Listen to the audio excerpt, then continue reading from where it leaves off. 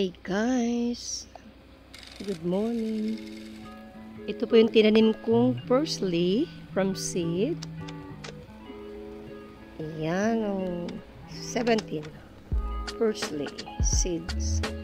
So day 16 na po sila. Lumalago na.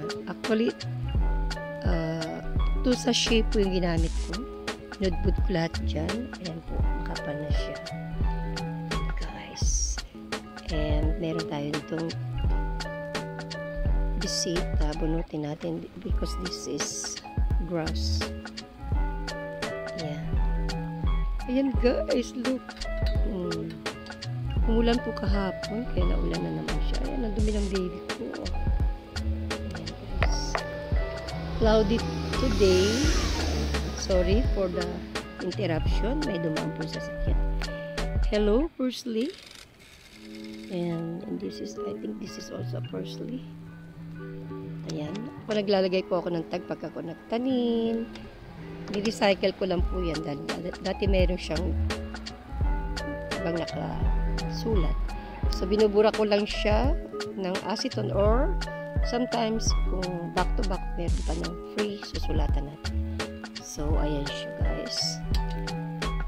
Mas maganda nakahangin siya, no? Kasi edible parsley po ito. At kakainin ko kasi siya. Ilalagay ko sa aking salad. Kumakain po ako ng hilaw ng parsley kasi. Ayan. I love it. So, ayan. Naisipan ko ulit magtanim ng isabot. Kukuha ulit ako ng hanging basket doon. Marami kasi ako. So, paunti-unti, malapit na kasi autumn. Ngayon ay September na. Bear na po tayo. Thank you. So, ayan guys. So, bahay niya si Mayana, no? Ayan. Lots of Mayana. Varieties. Ang ganda-ganda po nila. Naulanan kasi. Okay guys. Ayan. Abangan natin. 16 days po na siya. 16 days. From I plant August 17 na seeds po, from seeds. Ayan, 2 sachet po siya, 2 pakete, binudbud ko lahat dyan. So baby, go, good luck. Yeah, thanks for watching guys. Ayan, hindi tayo magpag-ayos sa aking scallion. Ayan, nariribag lang po sila.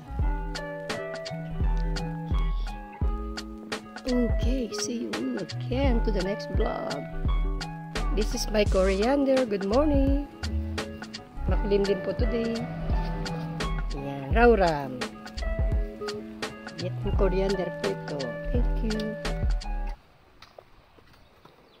Silipin natin ang ating parsley.